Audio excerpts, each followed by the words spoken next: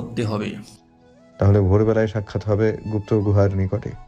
এই শীতে আমি পারবো না সাক্ষাৎ করতে। যদি চাও তোমার জীবনে বাটুল ছেমড়িটারে জুটাতে, তাহলে সাক্ষাৎ করিও আমার সঙ্গে ওই শীতের ঘন কুয়াশায় কাঁপতে কাঁপতে।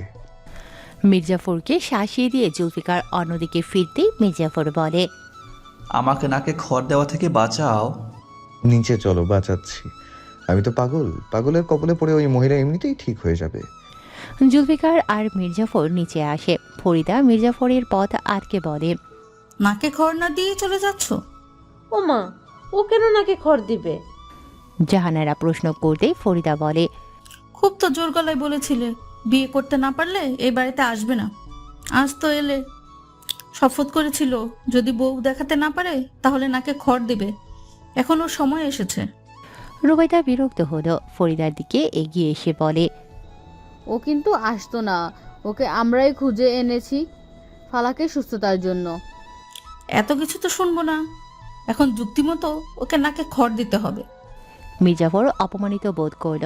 আশেপাশে তাকিয়ে দেখল চিত্রা আর ওর বাবা মাও আছে। মির্জাফর পাশে তাকিয়ে দেখছে জুলফিকার চুপ করে দাঁড়িয়ে আছে, কোনো কথা বলছে না। মনে মনে বেশ রেগে গেল মির্জাফর। অভিমানের সাথে মাথা ঝুঁকিয়ে যেই নাকটা মেঝেতে ডলতে নেবে অমনি উপর থেকে ঝাড়বাতি এসে পড়তে নেয়। জুলফিকার এই সুযোগের অপেক্ষায় ছিল। যেই ঝাড়বাতি পড়তে নেয় অমনি জুলফিকার তড়িৎ গতিতে ফরিদার হাত ধরে হ্যাঁচকা টানে নিচে ফেলে দেয়। মির্জাফর এই ঝাড়বাতি পড়ার আওয়াজে উঠে দাঁড়ায় আর তার সোজা ফরিদা পড়ে যায়। ঝাড়বাতি সোজা স্থানে এসে পড়েছে, কিন্তু ঝাড়বাতির কাজগুলো ছিটকে লাগে ফরিদার হাতে। জুলফিকার মৃদু হেসে তাকায়। জুলফিকারের ঠোঁটের হাসিতে মির্জাফর সবকিছু বুঝে নিল। জুলফিকারের পাশে এসে বলে, কখন করলে এই কাজ?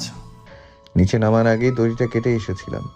নাকে খড় দিতে তো ওই ঝাড়বাতির পাশটাই খুঁজতো, তাই আমাকে বেশি কিছু ভাবতে হয়নি। এবার তাহলে আমি আসি গুরু। আচ্ছা, আসো। মির্জাফর দিল দৌড়। মাঝপথে থেমে বলে, রাখি আল্লাহ মারেকে। নিজের দেওয়া পাকনামিতে নিজেই ফেসে গেলেন। বলেই এমন দৌড় দিল যে মির্জাফরের অস্তিত্ব আশেপাশে কোথাও নেই। চিত্রা এই দৌড় দেখে মুখ টিপে হাসল। ফরিদাকে উঠতে সাহায্য করে তামান্না। ফরিদাকে সোফায় বসিয়ে দিতেই ফরিদা বলে, কোন হারামজাদার কোন নজর পড়েছে আমার সংসারে আল্লাহ জানে। একবার আমার ছেলের পা ভাঙে বসে থাকে, তো একবার আমার কোমর ভাঙে। খুব ব্যথা করছে কি ছোট মামি? ওরে মরে যাচ্ছি ব্যথায়। আমি মলম এনে দিই, একটু অপেক্ষা করো। জেহের সোফায় বসে থেকে শুধু দেখছে। রাগে ফুসফুস করে তাকিয়ে আছে জুলফিকারের দিকে। জুলফিকার এতক্ষণ ফরিদাকে দেখছিল, এবার জেহেরের দিকে তাকিয়ে বামভ্রু উঁচু করে বুঝিয়ে দেয় তার চাল কিভাবে বিফলে যায়। জেহের এখনও কিছুই ধরতে পারেনি, সেও মনে মনে অন্য কিছু চিন্তা করছে। ঘরে এসেছে জুলফিকার। ফালাক বিছানায় বসেছিল। জুলফিকারকে দেখে বলে, কি শেখালো আজকে আপনাকে মির্জাফর ভাই?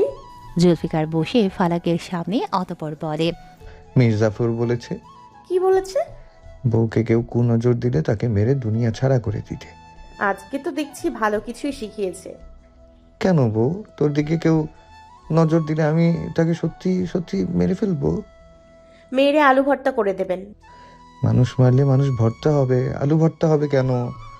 আমি কি আলু নিয়ে ভর্তা করব নাকি? ধুর পাগলা, বোঝে না। তুই আবার আমাকে পাগল বলিস? পাগলাকে পাগল না বলে কি ছাগল বলবো? বউ যখন পাগল বলেছে আমি তখন পাগলই। মির্জাফর শিখিয়েছে এগুলো? জুলফিকার মাথা উপর নিচ করে। ফালাক থালা নিয়ে ভাত আর তরকারি নেয়। জুলফিকার খাবার দেখে বলে, তুই এখনো খাসনি? না, কেন? আপনার জন্য অপেক্ষা করছিলাম, একসাথে খাবো বলে। তোর না শরীর দুর্বল? আপনাকে ছেড়ে খাওয়ার ইচ্ছাটাই করছিল না। এমনটা কেন হয় বউ? স্বামী স্ত্রীর সম্পর্ক জড়ানোর পর থেকে এমনটা আপনি চলে আসে। আমি জানার পর তুই একমাত্র নারী যে আমার জন্য না খেয়ে অপেক্ষা করে। পুরুষের জীবনে দুজন নারী অতি প্রয়োজন, এক তার মা আর এক তার বউ। এই দুজনের যত্ন ভালোবাসা পেলে আর কিছু লাগে না। তোকে এগুলো কে শিখিয়েছে? আমার জন্য মির্জাফর লাগে না। অনাথ আশ্রমের পাশেই বৃদ্ধাশ্রম আছে, ওখানে অনেক দাদি কাকিদের সাথে কথা হতো। আমি জানেন ওনাদের সাথে প্রতিদিন গল্প করতাম। কি পাষাণ সন্তান ওনাদের, বাবা মাকে আশ্রমে রাখে। আল্লাহ ওদের বিচার করবে। তোর খুব কষ্ট হয় ওদের জন্য। হয়তো পরিবার থাকতেও পরিবার ছাড়া মানুষগুলোর কষ্ট তো তারাই বুঝবে যারা আপনজনদের থেকে দূরে সরে যায়। তোর মনটা খুব ভালো। আপনারও। মনে মনে এক দীর্ঘশ্বাস ছেড়ে জুলফিকার বলে, এতটাও ভালো আমার মন না রে। আমার তোর জন্য আফসোস হয়। কেন এত সুচ্ছ মনের চঞ্চল হতে গেলি? না পারিস বুদ্ধি দিয়ে জাগ্রত হতে, আর না পারিস অন্যায়কে আলিঙ্গন করতে। ফালাক জুলফিকারের হাত ধরে বলে। খাবেন না নাকি? জুলফিকার তার সুরমা লাগানো চোখটা স্থির রাখলো ফালাকের দিকে, ঠোঁটে হাসি ফুটিয়ে বলে, তুই খাইয়ে দেবো। আচ্ছা দিচ্ছি। জুলফিকার ঠোঁটে চওড়া করে, চোখটাও একটু জ্বলে ওঠে। হয়তো নিজের জীবন আর ফালাকের জীবন নিয়ে ভাবছে কি হবে পরবর্তীতে। জেহের ওর জেদ থামাবে না। জুলফিকার আরও বেশি এই জাদু রাজ্যের গভীরে ঢুকতে চলেছে। এই তো আর কিছুদিন, এরপরই জুলফিকার একটা অঘটন ঘটাতে চলেছে। সেখানে ফালাক না ঢুকলেই হলো। ফালাক ভাত মাখিয়ে এক লোকমা এগিয়ে দিল জুলফিকারের দিকে। জুলফিকার ফালাকের চোখের দিকে চোখ রেখে ফালাকের হাতটা নিজের গালে নিল। খাবারগুলো নিলেই ফালাক হাত সরাতে নেয়। জুলফিকার হাত ধরে নেয়। খাবার মাখানো ওই ডান হাতের উল্টো পিঠে ঠোঁট ছোঁয়ালো। ফালাক লজ্জা পেল। জুলফিকার ঠোঁট প্রসারিত রেখে বলে, সেদিন কামড়ে দিয়েছি, আজকে চুমু দিলাম। হিসেব বরাবর মেহবুবা। মেহবুবা? আমার প্রিয় এক ডাক নাম, তোর জন্য রাখলাম বউ। মেহবুবা অর্থ কি জানেন? মেহবুবা অর্থ প্রিয়তমা। একজন স্বামীর কাছে তার বউ প্রিয়তমা হিসেবে থাকে, আর সেই প্রিয়তমাকে মেহবুবা বলে সম্বোধন করছি আমি। আপনি মন থেকে বলছেন? জুলফিকার শীতল চাহনি দিল। ফালাক হয়তো বুঝলো এগুলো মির্জাফর শিখিয়েছে। মনে মনে ফালাক মির্জাফরের প্রতি শুকরিয়া আদায় করে, কিন্তু এটা যে জুলফিকার নিজে থেকেই বলেছে এটা বুঝলো না ফালাক। ভোরবেলা হাড় কাঁপা শীতের মৌসুম, ঘুম থেকে উঠতে ইচ্ছে করবে না কারোরই। তাও শীতের পরোয়া না করে ঘুম থেকে উঠল জুলফিকার। বিছানায় নিজের মেহবুবাকে এক নজর দেখে চলে গেল বাইরে। ফালাকা বেঘরে ঘুম। জুলফিকার বাইরে এসে আশপাশ ভালো করে দেখে নেয়। শীতের সময় হলেও গ্রামের দিকে অনেক মানুষ উঠে কাজে ব্যস্ত হয়ে পড়ে। এই যেমন ইমানদার ব্যক্তিরা নামাজ পড়তে বের হয় মসজিদে, হিন্দু ব্যক্তিরা তাদের মানত পূরণ করতে শীতে কাঁপতে কাঁপতে মন্দিরে আসে। এই এলাকায় একপাশে বড় শিব মন্দির থাকায় এগুলো নজরে আসে বেশি। আবার কিছু মানুষ খেজুর গাছ থেকে রস নিতে ব্যস্ত হয়। গিন্নিরা তাদের স্বামীর জন্য রান্নাবান্না করে। আবার ছোট ছোট ছেলেমেয়েদের একটু পরেই দেখা যাবে স্কুল ব্যাগ কাঁধে নিয়ে এই ভাঙা রাস্তা দিয়ে কাঁপতে কাঁপতে পড়তে যাবে। বিদ্যালয় থেকে শিক্ষকরা আলাদা কোচিং খুলেছে, সেখানেই পড়তে যায় সবাই। জুলফিকার একটা পুরনো ছেঁড়া চাদর মাথায় দিয়ে নিজেকে ঢেকে বুড়ির জঙ্গলের দিকে যায়। সেখানে গিয়েই মুখটা হাস্যোজ্জ্বল হয়ে ওঠে। মির্জাফর হাতে বিন আর টপলা নিয়ে দাঁড়িয়ে আছে। জুলফিকার কাছে আসতেই মির্জাফর বলে, আমি শীতে বরফ হয়ে গেলেই তারপর আসতে। এসেছি তো বরফ হওয়ার আগে, এখন রাগ করছো কেন? ঘুম ঠিক মতো হয়নি আমার। আমারও না। তোমার না হয় বউ আছে, আমার তো নেই। তাহলে আমার ঘুম হারাম হবে কেন? কারণ তোমার বউ নেই তাই। গুরু। জুলফিকার গুপ্ত গুহার পাশে এসে দাঁড়ায়। মাটিগুলো সরিয়ে তালা খুলে নিচে নামে মই দিয়ে। মইটা এখানে সব সময় থাকে। এমনকি এই গুহার মধ্যে আসার আরেকটা সুবিধা হলো মাটির সিঁড়ি। মনে হয় বেশ কয়েকজন মিলে ভালো মাটি দিয়ে সিঁড়িগুলো বানিয়েছে। বেশ মজবুত আছে এখনও এই মাটির সিঁড়ি। জুলফিকার মই দিয়ে নামলেও মির্জাফর নামে সিঁড়ি দিয়ে। ভেতরে ঢুকে মির্জাফর বলে, ভালো সিঁড়ি থাকতে মই দিয়ে ওঠানামা করো কেন? আমার দাদাজান বলতেন মই দিয়ে ওঠানামা করলে নাকি ব্যায়াম হয়। তোমার যে শক্তপোক্ত শরীর, এক ঘুষি মারলে তো সোজা উপরে বিদায় পৃথিবী হয়ে যাবে। আবার ব্যায়াম করা লাগে নাকি? ব্যায়াম করে বলেই এমন শরীর হয়েছে আমার। মির্জাফর ওর টোপলা থেকে শিশি দিয়ে বলে, সমস্ত সর্পের বিষ হাতে বাহারি পাতা দিয়ে বানানো এই টোটকা চোখ বন্ধ করে গিলে নেও। তারপর ওখানে টান টান হয়ে বসে থাকবে 20 মিনিট। এরপরে শিশির ওষুধ সেবন করতে হবে। জুলফিকার শিশি নিল হাতে, চোখ বন্ধ না করে ঢকঢক করে গিলে নেয়। এটা দেখে মির্জাফর বলে, তিতা লাগেনি? ঠিক তো জীবনের কাছে তেতো 7টা হার মেনেছে।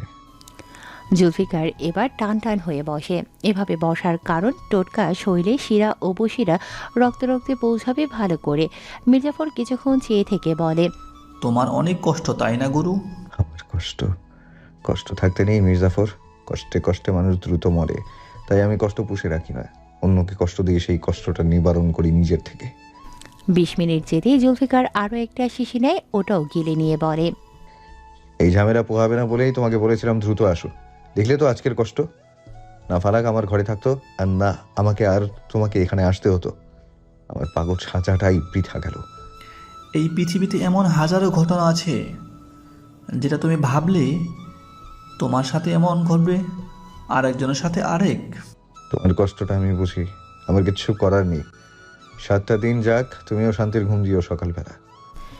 মির্জাফর মৃদু হাসে। জুলফিকারের মাথা চক্কর দিয়ে উঠল। মির্জাফর এসে জুলফিকারকে ধরতে নেবে, জুলফিকার বাধা দেয়।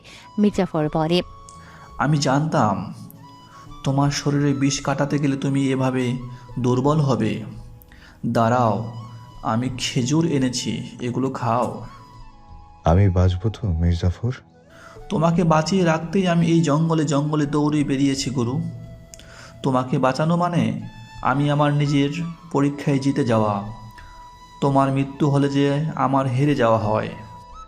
চিন্তা করো না, লোকে তো জানবে না যে মির্জা ফরহাদ আলী যে টোটকা বানায়, সে জুলফিকার সওদাগরের শরীরের বিষ নিবারণ করতে টোটকা বানিয়েছিল। আমি মরলে ব্যাপারটা ধামাচাপা রেখো, দেখবে তোমার টোটকার দোকানটা অন্যদের সুস্থতার জন্য খুব ভালো কাজ করবে, খুব নাম করবে। নিজের কাছে হেরে যাওয়া মানুষটা হাজারটা নাম নিলেও যেন মনটা তিলে তিলে ক্ষয়ে যায়। আমি তোমাকে হারিয়ে নিজের ক্ষয় করতে পারবো না। আমার না মাঝে মাঝে বুকটা চিনচিন করে ওঠে, শুধু নিজেকে সামলে রাখি আমি। মনে হয় মধু ঝাড় দেয়া সেই বিষের কাজ করে দিয়েছে। কাজ করতে হবে না গুরু, আমি আছি তো তোমার সুস্থতার জন্য। আমাকে বাসায় দিয়ে আসবে? আমার ঘরটায় চোখ বোলাতে ইচ্ছে করছে। তুমি হারানোর ভয় পাচ্ছ গুরু? মাথার পুরো শরীর এমনটাই জানান দিচ্ছে, ওই ঘরটায় গেলে হয়তো একটু শান্তি পাবো। টোটকা প্রথম প্রথম শরীরের ক্ষতি করে, রোগটা বড় বড় করে দেয়। এরপর রাত না পেরোতেই রোগ সারিয়ে দেখবে তুমি 2-1 দিনের মধ্যে একেবারে সুস্থ হয়ে যাবে। এই পৃথিবীতে অনেককে অনেক কিছু জানানোর আছে, কাউকেই কিছু জানতে দিইনি। তার মধ্যে তুমিও একজন যে এখনো অনেক কিছুই জানো না। যদি দ্রুত মরে যাই তাহলে আফসোস করবে না। হুট করে কিছু সত্য সামনে আসলে সামনে নিও নিজেকে। তোমার গুরু এতটাও খারাপ না। আমি জানি তুমি খারাপ না, পরিস্থিতি তোমাকে এমন করেছে। কিন্তু পরিস্থিতি কি এটা তুমি আজও আমাকে জানালে না। বেঁচে থাকলে জানাবো। বুকে হাত দিয়ে বলে জুলফিকার। মির্জাফর এবার কান্না করে দেয় বাচ্চাদের মতো, রাগ দেখিয়ে বলে, বারে বারে এক কথা বলো কেন? আমাকে কষ্ট দেওয়ার জন্য? আমি তোমার প্রতি দুর্বল বলে যা মন চায় তাই বলে আঘাত করবে? জুলফিকার দুর্বল হয়ে মাথা নিচু করে নেয়। মাথার রগ চিরে আসছে যেন। এই ব্যথা একমাত্র সেই উপলব্ধি করছে, আর ব্যথার মাঝে একমাত্র মির্জাফর সঙ্গী হিসেবে আছে। মাথার যন্ত্রণা বাড়তে থাকলেও জুলফিকার মাথা উঁচু করে মির্জাফরকে দেখে বলে, কাঁদলে তোমাকে বাচ্চাদের মতো লাগে? আমার বউটাও এতটা কান্না করে দেয় না যতটা তুমি কান্না করছো আমার মৃত্যুর কথা শুনে। আমার কষ্টের কথা তুমি বুঝবে কি করে? পড়ে আছো এই বউ নিয়ে। চলো তোমাকে দিয়ে আসি তোমার বউয়ের কাছে। ওই ঘরে তো বউ আছে, তাকেই দেখার জন্য আকুল অনুরোধ তোমার। জুলফিকার ফিচেল হাসল। মির্জাফর সেই মাটির সিঁড়ি দিয়ে উপরে উঠিয়ে কোনো মতে নিয়ে যাচ্ছে জুলফিকারকে। বাইরে এনে একটা নিচের আনা ভ্যানে শুইয়ে দেয় জুলফিকারকে। ভ্যান চালাচ্ছে মির্জাফর, পিছনে আকাশপানে তাকিয়ে আছে জুলফিকার। আকাশের দিকে চেয়ে থেকে জুলফিকার বলে, মানুষ পাপ তখনই অনুভব করে যখন সে মরে যাওয়ার ভয়কে আঁকড়ে ধরে। আমি জানি না এসব কথা, শুনতেও চাই না আমি। আকাশটা একদম সাদা। লোকে বলে আকাশের রং নীল। জুলফিকার তো দেখে এই আকাশ এক এক সময় এক এক রং ধারণ করে, কখনো নীল, কখনো সাদা মেঘ, তো কখনো সাদা ও নীলের সাথে মেলামেশা। এই যেমন এখন আকাশটা শুধু সাদা, ওইদিকে তাকাতে গেলে চোখ কেঁপে ওঠে, চোখ দিয়ে পানিও পড়ে, বুকের ব্যথাটা যেন বাড়ছে। মির্জাফরের থেকে উত্তর পেয়েছে জুলফিকার, কিন্তু উত্তরটা তার মন মতো না। মন মতো উত্তর তখনই হয় যখন সেটা প্রশ্নের আসল উত্তর হয়। মির্জাফর এক কথায় উপেক্ষা করে জানিয়েছে জানি না। মির্জাফরের মনে দুঃখ বাড়ছে। সে ছোট থেকে ভাবতো টোটকা নিয়ে কাজ করবে, এই জন্য ছোট থেকে বনে জঙ্গলে ঘুরঘুর বেশি তার। একসময় তার কাছে ধরা পড়ে জুলফিকার। এটাই যেন মির্জাফরের জন্য মোক্ষম সুযোগ ছিল। তাহলে অতীতটা জেনেই নেওয়া যাক। মির্জাফর তখন একা একা বুড়ির জঙ্গলে হাঁটছিল। হাতে তার বিন ছিল, বিন বাজিয়ে সাপ জড়ো করে, সেই সাপের সাথে বিন বাজিয়ে সাপের নাচ দেখত। ছোট থেকেই মির্জাফর জানে সাপের বিষ দিয়ে ঔষধ বানানো যায়, কিন্তু কিভাবে এটা জানতো না। একদিন জঙ্গলের গভীরে ঢুকে সাপ নিয়ে ছুটতে থাকে। বিন বাজানো শেষ করেও সে মিনিট 30 কি 35 অপেক্ষা করতেই দেখে কালো পাঞ্জাবি পরিহিত কেউ ঢুকছে জঙ্গলের ভিতর। মির্জাফর এর আগে শুনেছে জঙ্গলে কোনো বুড়ির আত্মা ঘোরে। এই জঙ্গলে তার কুড়ের ঘর ছিল। সে মারা যাওয়ার পর তার আত্মা ঘুরপাক করে বিধায় এই জঙ্গলে কেউ আসে না, বিশেষ করে এই গভীরের দিকে। মির্জাফরের ভাষ্যমতে সেই একাই সাহসী এই গ্রামের। তাই তো রাত নেই দিন নেই সাপের খোঁজ করতে আসে। সাপ পেলেও বিষ নিয়ে কোনো ঘোড়ার আন্ডা করবে বুঝতে পারে না। হতাশ হয়ে ফেরত যায় বারবার। কালো পাঞ্জাবি পরিহিত লোকটাকে দেখে মির্জাফর সেদিন বেশ ভয় পায়। কয়েকটা বাঁশের ঝোপ আসে, সেখানেই লুকিয়ে পড়ে। মির্জাফর এবার ভয়তে আয়াতুল কুরসি পাঠ করছে, বিপদ মুক্তি হওয়ার দোয়াও পাঠ করে। এতদিন যেগুলো বিশ্বাস করেনি আজ সেগুলো বিশ্বাস করছে তার মস্তিষ্ক। আচমকাই মির্জাফর দেখে পাঞ্জাবি পরিহিত লোকটি মাটি সরিয়ে কি যেন করছে। মির্জাফর এটা দেখেই বলে, বুড়ির আত্মা তো পাঞ্জাবি পারবে না, পারলে পরবে শাড়ি। ওটা তাহলে কে? মির্জাফর দৌড়ে পেছন নিল। পুরুষ মানুষের এদিকটা দিয়ে আবার ভয় কম। গুহার ভেতরে ঢুকতেই মির্জাফর সম্মুখীন হয় জুলফিকারের সাথে। আর সেদিন থেকেই সকল টোটকা ও কিছু বিষয় জানা সম্ভব হয় মির্জাফরের। জুলফিকারের থেকে বছরের পর বছর শিখে জুলফিকারের জন্য সে প্রথম টোটকা বানাতে চায়। আজকে সেই টোটকা সেবন করে জুলফিকার। এরপরেই এমন অসুস্থ হয়ে পড়ে। অবশ্য তারা যে বিদ্যা থেকে টোটকা সম্পর্কে জেনেছে ওখানে দেয় আছে এই টোটকা সেবনের ফলে রোগীর মধ্যে অসুস্থতা বৃদ্ধি হবে। এখন জুলফিকারের মধ্যেও এমন হচ্ছে। সাথে বিদ্যায় লেখা ছিল কোনো কোনো সময় রোগী মারাও যেতে পারে।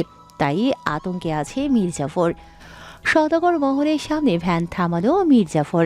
দারোয়ানকে ডেকে বলে, গুরুকে নিয়ে যাও ভেতরে, ওনার ঘরে নিয়ে বিছানায় শুইয়ে দিবে। আপনি যাবেন না ভিতরে? না, আর সবাই যদি জিজ্ঞেস করে কি হয়েছে, তুমি বলবে রাস্তায় হঠাৎ দুর্বল হয়ে পড়ে যায়। আচ্ছা। দারোয়ান চলে যায় জুলফিকারকে নিয়ে। সাথে আরও একজন ছিল। মির্জাফর সরু দৃষ্টিতে তাকিয়েছিল সেদিকে। ওরা ভেতরে ঢুকতেই মির্জাফর ভ্যানে ওঠে। সেই সময়ই দেখা হয় চিত্রা ও লিটন সওদাগরের সাথে। চিত্রা মির্জাফরের উদ্দেশ্যে বলে, আপনি ভ্যানও চালান? মির্জাফর কপাল কুঁচকে তাকালো। কিছু বলতে নেবে লিটন সওদাগর পাশ থেকে বলেন, জুলফিকারের কি হয়েছে? রাস্তায় পড়েছিল, আমি পেয়েই নিয়ে আসি। আপনি ঢুকবেন না ভিতরে? না। বলেই মির্জাফর ভ্যান চালানো শুরু করে। লিটন সওদাগর মেয়ের দিকে ফিরে বলেন, চলো ভিতরে যাই, সকালের হাঁটা শেষ হলো তো? হ্যাঁ বাবা চলো। জুলফিকারকে ঘরে না পেয়ে ফালাক দিশেহারা। এই লোক এত সকালে কই যাবে ভাবছে আর খোঁজ চালাচ্ছে। এর মাঝে দারোয়ান ও আরেকজন লোক কাঁধে করে নিয়ে আসে জুলফিকারকে। জুলফিকারের অবস্থা চোখে পড়তেই ফালাক দৌড়ে এগিয়ে আসে। জুলফিকারের গলায় হাত রেখে বলে, ওনার কি হয়েছে? এমন অচেতন কেন উনি? দুর্বল হয়ে রাস্তায় পড়েছিল। জুলফিকার হুঁশে আসে কিন্তু দুর্বল, তাই ঠোঁটে হাসি ফোটালেও হাসিটা আজ দেখা দিল না। বিড়বিড় করে শুষ্ক ঠোঁটে বলে, কেউ কিছুই শুনতে পায়নি। দারোয়ান জুলফিকারকে নিয়ে ঘরে রেখে আসে। বিছানায় শোয়া মাত্র জুলফিকারের খুশখুশে কাশি শুরু হয়। ধীরে ধীরে সেই কাশি বেড়ে ওঠে। ফালাক দৌড়ে গিয়ে রুবাইদাকে ডেকে বলে, মিষ্টিমা উনি অসুস্থ, রাস্তায় পড়েছিলেন, দারোয়ান কাকা নিয়ে এসছেন তাকে। চিত্রা ও লিটন সওদাগর বাড়িতে ঢুকেই জুলফিকারের ঘরে চলে গেল। রুবাইদা ফালাকের থেকে এমন কথা শুনে দৌড় দিল। ঘরে আসতেই দেখলো জুলফিকার জোরে জোরে কাশে। রুবাইদা ভাবলো এই ঠান্ডায় হয়তো জুলফিকারের জ্বর এসেছে। কপালে হাত দিয়ে দেখে সত্যিই তাই। রুবাইদা ফালাককে বলে,